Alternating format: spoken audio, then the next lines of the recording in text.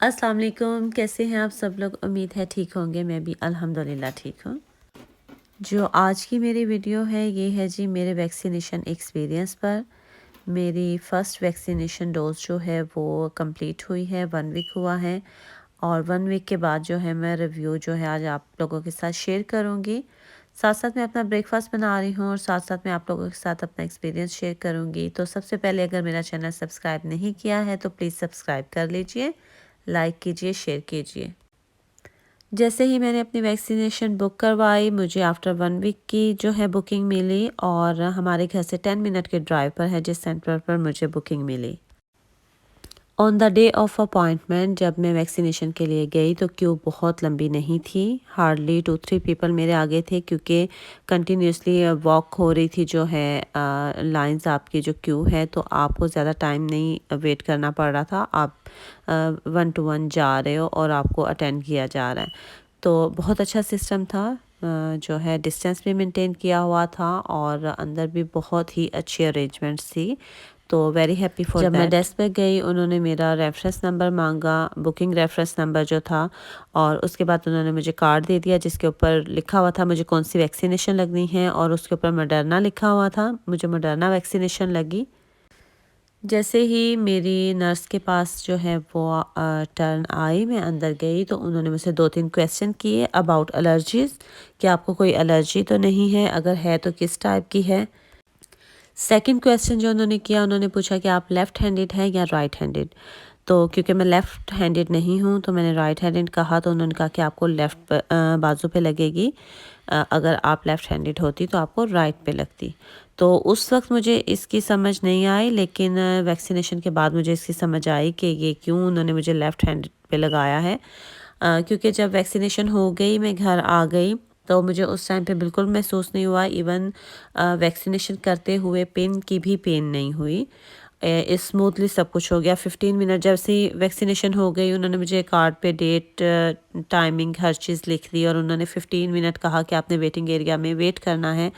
और वहाँ 15 minute wait करने के बाद उन्होंने पूछा ऑल ओके, आप ठीक हैं, आपको डिजीनेस तो नहीं हो रही, एनी प्रॉब्लम, और उसके बाद उन्होंने जाने के लिए कह दिया। मैं घर आ गई आफ्टर 2 आवर 3 आवर के बाद। मेरा जो बाजू है लेफ़्ट जिसके ऊपर वैक्सीनेशन हुई वो थोड़ा स्वेल होने लग गया और हैवियर फील होने लग गया और पेन भी बहुत ज़्यादा होने लग गई।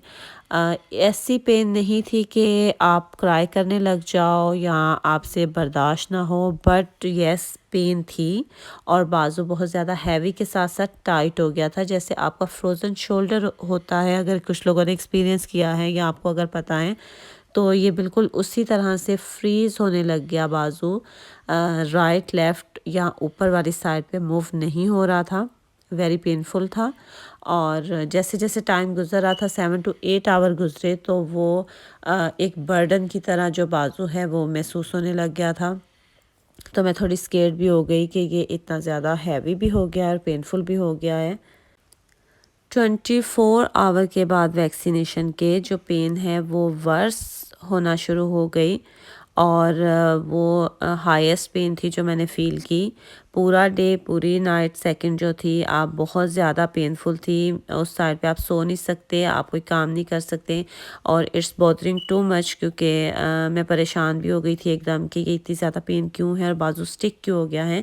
लेकिन जब सेकंड नाइट के बाद वेकअप हुई तो मेरा बाजू काफ़ी हद तक बेटर फ़ील किया मैंने। मूवमेंट भी हो रही थी बाजू में।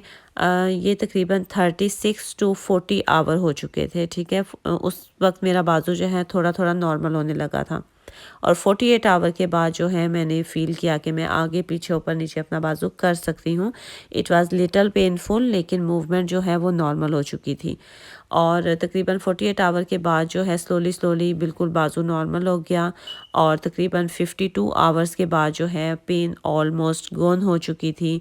नॉर्मल जो इंजेक्शन हम लगाते हैं बस उतनी पेन मुझे फ़ील हो रही थी। जो टू मच पेन होती है जो 24 आवर के बाद बिटवीन 36 आवर मैंने फ़ील की, वो बिल्कुल फ़िनिश हो गई थी। तो मॉडर्ना वैक्सीनेशन अगर किसी और को लगी है और वो इस वजह से परेशान है तो मैं ये वीडियो इसीलिए बना रही हूँ कि अगर आप ये एक्सपीरियंस कर रहे हैं तो आप परेशान मत हों। अगर आपका बाजू सोर है, पेनफुल है, तो ये इसका एक साइड इफ़ेक्ट है, ये नॉर्मल है, लेकिन अगर इससे ज़्यादा आप कुछ फ़ील करते हैं तो प्लीज़, ये मेरा सिर्फ रिव्यू है, मेरी अपनी ओपिनियन है, मेरा अपना एक्सपीरियंस है, ये मेडिकल एडवाइस नहीं है। आप ज़रूर अपने जीपी से कांटेक्ट करें, अपने डॉक्टर से कांटेक्ट करें। अगर कोई भी चीज़ आपको बॉदर कर रही है तो please see your doctor rather than के जस्ट सर्च करके आप उसको बैठ जाएँ। जो मैंने फ़ील किया मैं सिर्फ वो शेयर कर रही हूँ। जो मेरी सेकंड डोज़ होगी वो मेरी 2 मंथ के बाद है, तो उसका एक्सपीरियंस भी मैं आप लोगों के साथ शेयर करूँगी। तो ये थी आज की वीडियो, जो मुझे लगा कि मैं मॉडर्ना वैक्सीनेशन के बाद जो फ़ील किया, जो मेरा एक्सपीरियंस था, मैं आप लोगों के साथ शेयर करूँ, शायद आपको भी हेल्प मिले।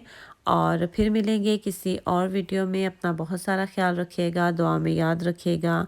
और अगर आपको वैक्सीनेशन के बाद कोई भी प्रॉब्लम हो तो please see your GP, your doctor, क्योंकि मुझे फ़ीवर नहीं हुआ, मुझे कोई हेडेक नहीं हुई, मुझे जस्ट यही एक आर्म वाली पेन थी, स्टिकनेस थी, हैवियर था, वो मैंने आप लोगों के साथ शेयर किया। Take care, bye.